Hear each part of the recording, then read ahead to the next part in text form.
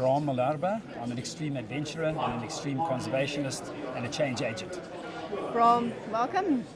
Tell me a little bit about your association with Old Mutual. How did that come about? I'm very proudly brand ambassador for Old Mutual. As we know, their slogan is do great things. I have a concept called DOT, and DOT very simply stands for do one thing. And I say, you know, our planet is just a dot in the universe. We're just dots on the planet. But if all of us, DOT as an acronym, do one thing, collectively we rechange our planet's destiny. Okay, this one thing you talk about is also running the Wall of China. What was that experience like, and why did you do it? Running the Great Wall of China, I did for two reasons. One, I believe really, although it's cliched nowadays, that nothing is impossible if you have big dreams. And when Professor Tim Loke said to me, it's physically possible, it cannot be done. You cannot run just under 100 marathons a day over some of the most arduous terrain on the planet. It's just not possible. So of course that was a gauntlet to me. So I did it, but the reason I believe I accomplished it is because of the purpose beyond ego. And that purpose was to change children's lives. So I adopted Operation Smile as my beneficiary, and the run, together with the broader South African public that supported the run, we changed 84 children's lives. They are born with cleft palates and cleft lip disfigurements, and 84 children got operations while we were running the Great Wall. So for me, purpose beyond ego is a big driver. Your best-selling book, The Best Run, is it? The Great Run. Tell me a little bit about that. Your experience, why you decided to write it, and how it's perceived so far.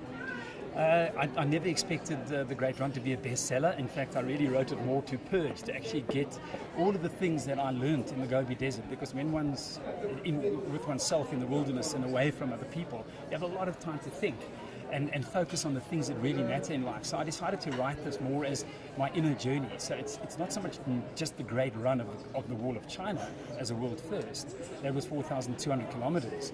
But more significantly, it is the great run of our lives, each one of our lives. What are the walls we put around ourselves that prevent us from reaching our fullest potential? What do we need to change in order to achieve our greatest selves? So that's really what the book is about. And I mean, to date it's over 30,000 copies, and I never dreamed that would be a possibility. But then, as I said earlier, nothing's impossible. Right. As a good friend of Mr. Ian Player, what is the impact he had on your life? Ian Player was, I can say, undoubtedly my mentor. We became very, very close friends toward the end of his life last year, 2014. And he showed me or taught me the value of dreams, the power of dreams. He was a strong symbolism person with Carl Jung, and the power of wilderness. And what I mean by the power of wilderness, the importance of being with oneself in quiet spaces. Nature teaches us profound things when we have the courage to sit quietly in open spaces and ask ourselves a very simple question: do I like the company I keep? Do I feel good in my own skin? And that confidence I learned from the African bush, and Ian taught me that. He was also a very big white rhino conservationist, and he saved the white rhino from extinction. And I remember him saying that the one thing that we must learn, what the rhinos are teaching us at the moment, is a lot about ourselves. What's happening to the black rhino right now, or the rhino poaching right now? Well, would you like to touch on that for us? Yeah, the rhino poaching scourge is a huge issue, but it's more than just the extinction of this iconic species. It's way bigger. It's a symbol of two words for me: greed on the one hand and ignorance on the other. So we need to look at demand reduction in the Asian markets. I've spent a lot of time in Southeast Asia, but we also need to look at, is the animal profitable? And that's a very contentious issue because, you know, there's an old story: if it pays, it stays. And simply put, it was Johann Rupert, in fact, his dad, Anton Rupert it was, who said, conservation without money is conversation.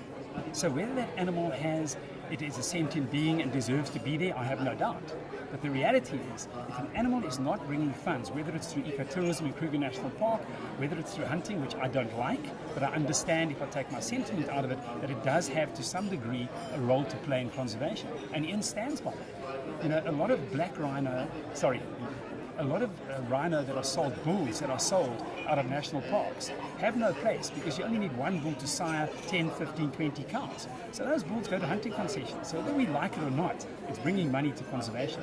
So again, a contentious issue, but we need to deal with it. We need to sit down as a united South Africa and find solutions, because if we lose this iconic species, to me it is an indictment on our country.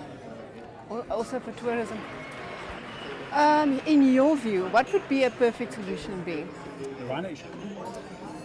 Regarding the rhino issue, I don't believe there is one single silver bullet solution. I have a lot of chats with General Johan Joost, who I believe is doing a fantastic job in the Kruger National Park.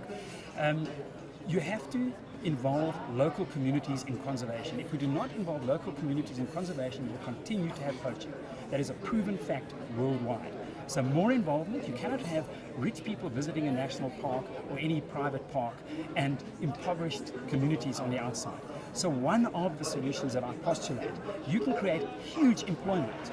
In fact, the very poachers of the rhino will guard those animals with their lives if there was, and I want to emphasize this point, a structured and controlled system of trade. Initially starting with natural mortality horn to test the market, and we can do that.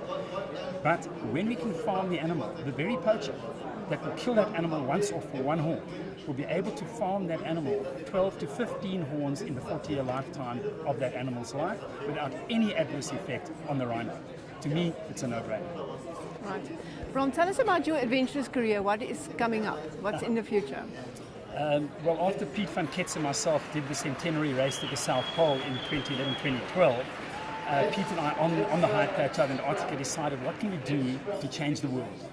In other words, how can we become catalysts or change agents to get everyone to do one thing toward a sustainable future? Because whilst we speak about success and money, it means for nothing if we don't have a sustainable planet. It's our only home. So to that end, at the end of 2016, Pete and I commenced on a world first circumnavigating the Tropic of Capricorn. It's 38,000 kilometers. We're going to be away from home for 16 months, zero carbon emissions. So we'll be rowing the Atlantic Ocean through the Amazon, over the Andes, sailing the Atlantic across Australia and so on, 38,000 kilometers, zero carbon emissions. But more significantly, we have an app called the DOT app.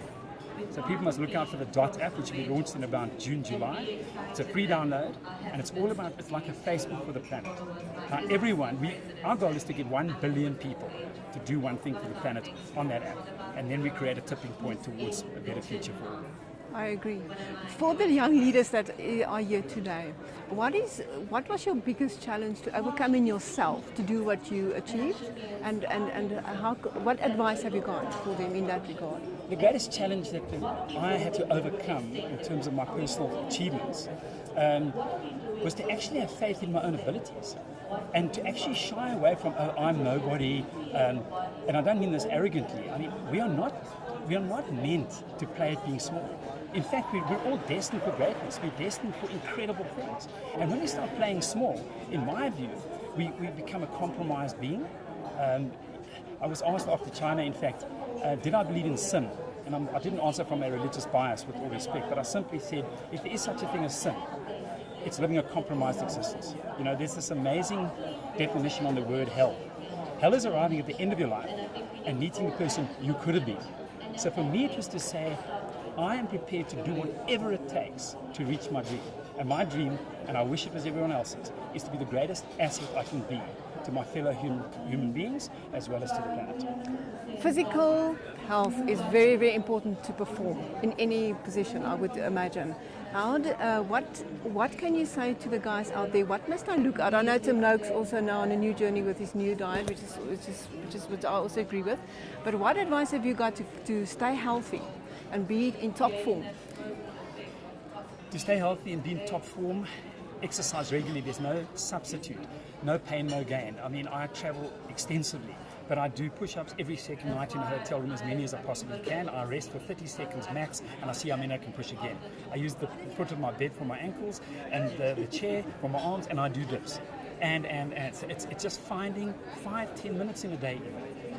I think what humans do is we resist change. We don't like pain. And physical exercise is sometimes painful, even finding the time. So we play games with our own heads, and we say, well, I'll start tomorrow. There's no tomorrow. There's only now. And when you actually grasp it, you say, what can I do today to keep my body healthy? And also, obviously, what you put into your body, vital. I say 3 things: exercise, diet, and rest. Equilateral triangle.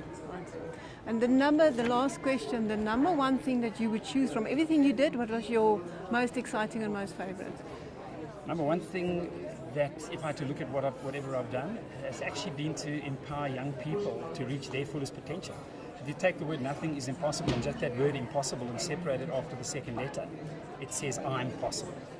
So my connection with the youth is very strong, and I'm very humbled to be able to work with youth and empower them to be greater people.